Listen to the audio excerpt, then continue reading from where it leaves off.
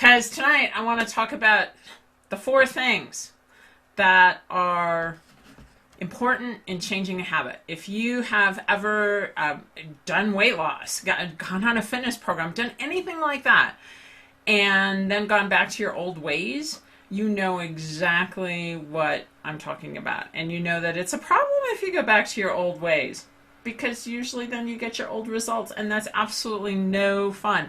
This is why I get on a little bit early, because I need to check my tech. My name is CJ Johnson. My background is actually in the golf business.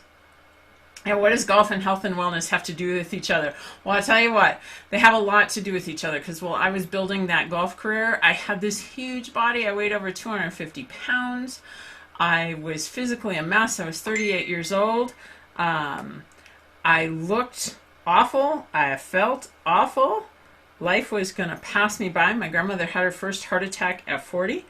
And I have to tell you, since that point in time, I have been able to turn things around, make some changes in my life, and it got me away from the golf business, and it got me committed, absolutely committed to sharing with you the things that are important in health and wellness and helping you to age well. And that's my business, Age Well with CJ. I'm here every Tuesday night at 6 p.m. Glad that you could join me. So tonight we're going to talk about those 4 habits to make health and fitness stick inside of your life. Now, you're going to want to make sure that you stick around to the very end of this. I have a free treat for you. It is 25 tricks to help you stay healthy and fit without feeling overwhelmed. So if that sounds like something that's pretty good to you, make sure you stick around to the end, because I will have that for you. So let's go ahead and let's get started. Some people don't believe when they look at me that this is what I used to look like. Remember, I told you about that golf business? This was a Ralph Lauren suit, size 20. I love this suit. I thought I looked pretty hot in it.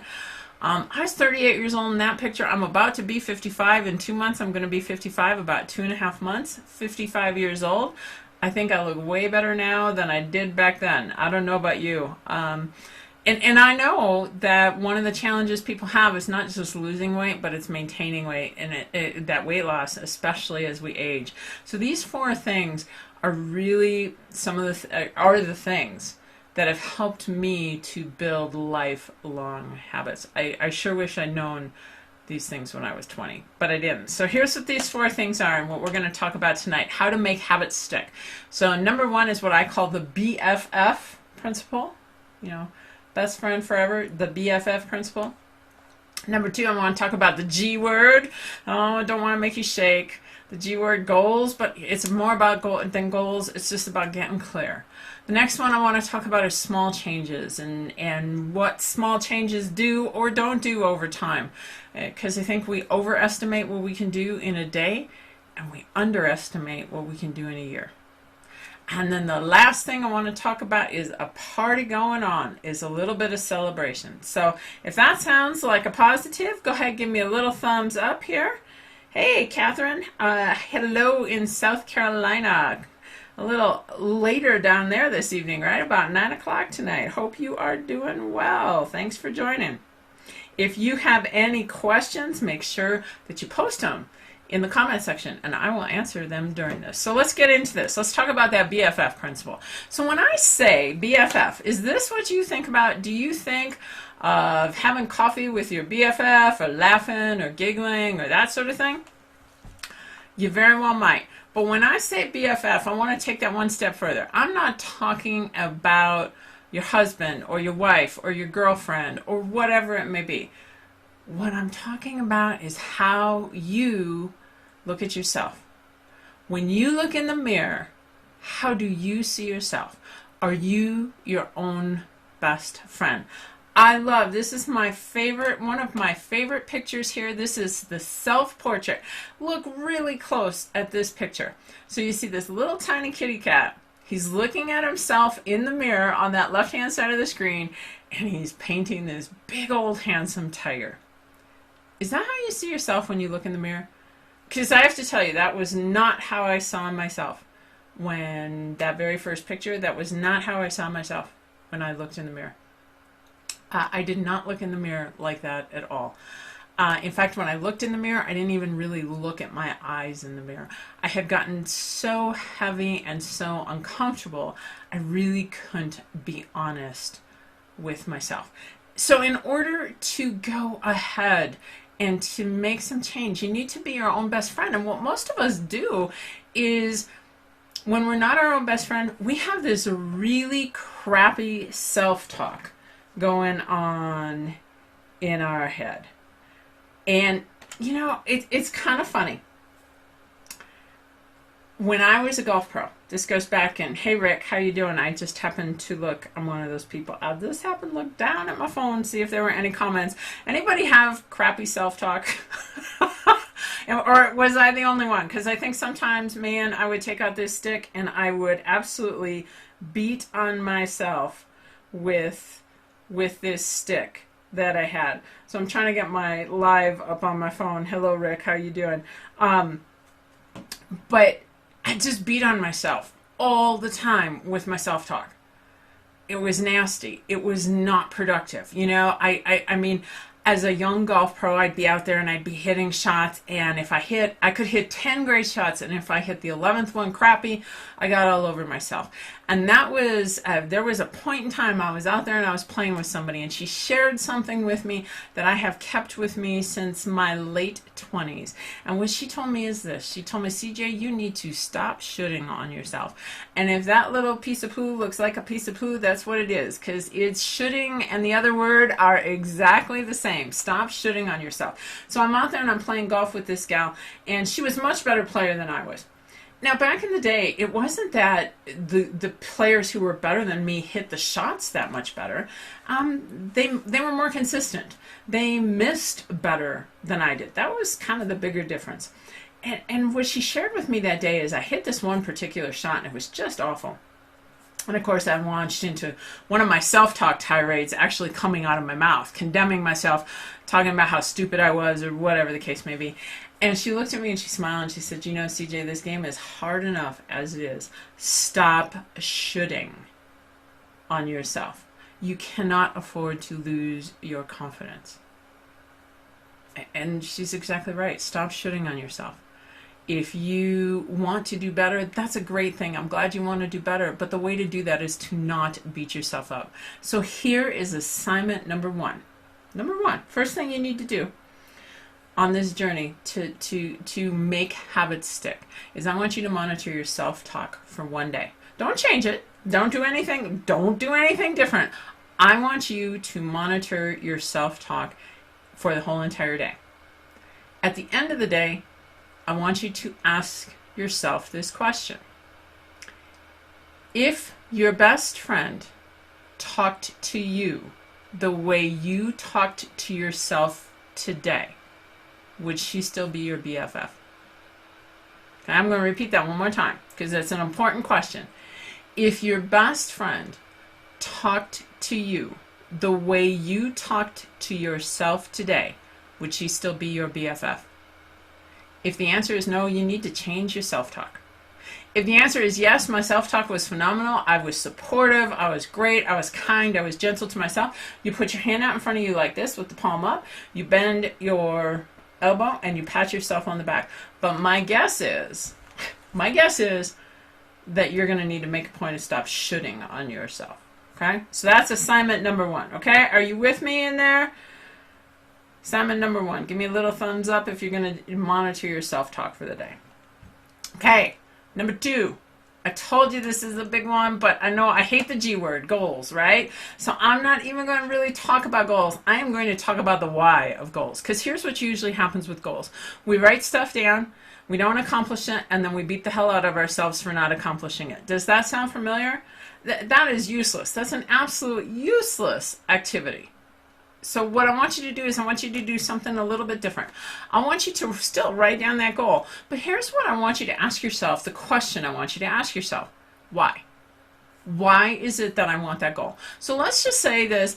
You write down a goal. Let's say I want to lose 10 pounds by the end of September. Okay, great. Wonderful goal. Why do you want to lose 10 pounds by the end of September? because it'll make me feel better, and it will be easier to be active with my husband or my grandchildren or my friends, or it'll be easier to go hiking, whatever it may be. That's the why. Okay? Why is it that you want it? Because you know what? On your way to any goal, my experience is it's never like this, right? It goes up, it goes down. Is that your experience too? Because that's my experience. So it kind of goes all over the place. So if you're on your way to a goal and you have these peaks and valleys, if you know why you want it, you are more likely to succeed in getting it because you know why you want it. It's not just something written on paper. Now, why is only 50% of the equation? There's one more thing you need to do. You need to ask yourself this question. How is it going to make you feel when you get it? So you know why you want it, why you're going to go through hell, why you're going to change your eating habits and exercise more and do all that to lose that 10 pounds. But how are you going to feel at the end? Is it going to make you laugh? Is it going to make you cry? Because, hey, I finally got it. I finally did it. Is it going to make you smile? So now you get to go out and you get to be more active with the people that you love. And how are you going to feel? You're going to laugh. You're going to feel lighter. So you need to not just write down the goal. You need to take that a step further. You need to know why you're doing it and how it's going to make you feel at the end. And every day you look at that goal, because it involves changing habits, you need to look back at the why and the how, not just how you wrote it down. Okay? All right, so that's step number 2. Okay? So we got the how you look at yourself, being your own BFF, and now we're talking about goals and taking it one step further than goals. If you got any questions, make sure you put them down below. If not, give me a little thumbs up. We're going to keep right on going on. Okay. All right. Next one, number 3. Change adds up. Okay, so this is one of my favorite stories. This is a great book. I'm holding this up. Hopefully you can see this. This is The Compound Effect. It is written by a fellow by the name of Darren Hardy. He is an absolutely awesome change agent. This is a great book. If you flip through here, if you see, I got tons of notes and little things on the side. But anyway, he tells this story in here about 3 friends. And I love it. So there's 3 friends, and they're all pretty happy in life. And these 3 ladies are really, they've been friends for a long time, and they enjoy where they are in life. So one of those ladies decides, you know what? It's the new year. She's not going to change anything. Everything is just going to stay the same. She's so content with where she is. She's not taking on any new goals. She's not going to try and change her self-talk. She's not going to do anything like that. Friend number 2 is also very happy. Just as happy as friend number 1 is. But she decides that since she's so happy every night when she gets home from work, she wants to have a little glass of wine. Now, she doesn't have a problem with alcohol. She's not an alcoholic. She's just going to have one tiny little glass of wine that's going to add up to about 125 calories. She is not going to change anything else in her life. She's just going to sit down, have that little glass of wine, and just relax. Friend number 3, she's also just as happy as friends 1 and 2. But she decides that, she's been drinking a lot of soda lately, and there's about 125 calories inside of a soda. And she's going to take, and she is going to eliminate that soda from her life. She doesn't like the way that the sugar is making her feel, and that's the one tiny little change that she thinks she could make. So of these 3 friends, one's doing nothing, one's adding 125 calories to her diet, and one's taking away 125 calories to her diet. Staying exactly the same. Everything else maintains the same. So what happens to these three friends? Over 3 months, nothing changes. Over 15 months, nothing changes. Over 24 months, there's some subtle changes happening. But over 31 months, friend number 1 who hasn't made any changes, she's still the same. Friend number 2 and friend number 3, there's some pretty dramatic changes because one has lost 33 pounds, one has gained 33 pounds. Just by that 125 calorie decision. And you know what? Most of the decisions we make are 125 calorie decisions. So look at those decisions, because here's the thing. We often underestimate what we can do in a year, and we way overestimate what we can do in a day. How many of you have a to-do list that is that long in the course of the day and getting longer and longer and longer, and you don't get to it and it gets frustrated? But over the course of the year, we can accomplish so much more by staying on track with those little changes. Like one of those little changes, taking a phone and putting the phone down, or putting the phone on airplane, not watching Facebook, not playing a game on side of your phone. Those are tiny little changes that we can make that will add up over a period of time. So that is number 3. Watch those little changes, because little changes can yield big results. Alrighty. You got any questions? Make sure you put them down in the comments below. I'd be happy to answer them. Okay, we're going to get into number 4, and this is the 4th, and this is now the final habit. And I wish I'd known this one when I was in my 20s. I was growing this corporate golf career, and I was so focused on what was next, what was next, what was next, what was in front of me.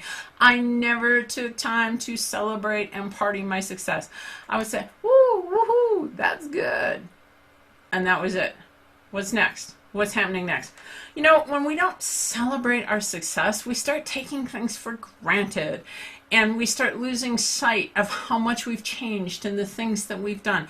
We start not celebrating ourselves as human beings. And the wonderful thing about this world is that we are all different, and we are all amazing creatures of God who should be celebrated, and we need to celebrate ourselves. So number 4 is celebration. Now, if I went out and I did something fantastic, I know that my BFF would do something nice for me. He might take me out to dinner, he might cook me a meal, he might have a cup of coffee with me, he may throw a party for me, but he is not going to let my success go unnoticed, because you know what? He's my BFF. So if you are truly your own BFF, why would you let your success go unnoticed? That's kind of silly when you actually think about it, isn't it?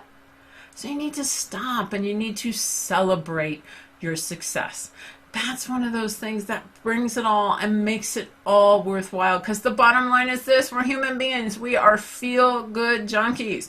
When we feel good about something, we continue to do it. So if you want to continue to make change, you need to find a way to feel good about the change you've already made and congratulate yourself on it. So those are the 4 things. And how to make a habit stick is number 1, BFF, be your own best friend. Monitor your self-talk. You promised me, monitor your self-talk for 1 day. And if you would not be friends with your best friend if she talked to you like that, you need to change your self-talk. Number 2, you can write down those goals, but you need to write down the why and the how. Why do you want it, and how is it going to make you feel? Number 3, watch out for those small changes. It is not all about the big ones. It's the small changes done over a period of time that are going to get you long-term results. And then number 4, when you've done all of those things, party, celebrate. Do those things. Like tonight. Tonight, we've had a whole life challenge. You've been hearing me talk about it for the last 6 weeks. We've had this whole life challenge going on. Tonight at 7 o'clock, we've got a little online party for everybody who is part of the whole life challenge. Because you know what? Those people over a 6-week period were able to make some changes in their lives. Some people quit diet soda. Some people lost some weight. Oh my goodness, the results are just all over the map. But those deserve to be celebrated. So make sure that you celebrate your success. Now, if you got any questions, put them in the comments down below. I'll take one more look in just a moment. But don't forget, I did promise you, if you stuck around to the end, I told you that I have one of my best. This really is my best. These are the 25 tricks to staying fit without feeling overwhelmed. I know that life is crazy. We are all going in a variety of different directions. Running here, running there. And sometimes it's hard to incorporate change. Now, if you use these 4 principles I talked about tonight, you're going to be able to make some change. So here, I'm going to give you some ideas, 25 ideas, on how to put these into your life. And you just learned the 4 core principles. So you combine those 2 things together, and you have a 1-2 punch. Now, make sure that you come on back next week. Join me back here next Tuesday night. Tuesday night, I'm going to start a new series. And that new series is, our kickoff is all about balance. You know, as we get older, our balance changes and we become more susceptible to falls.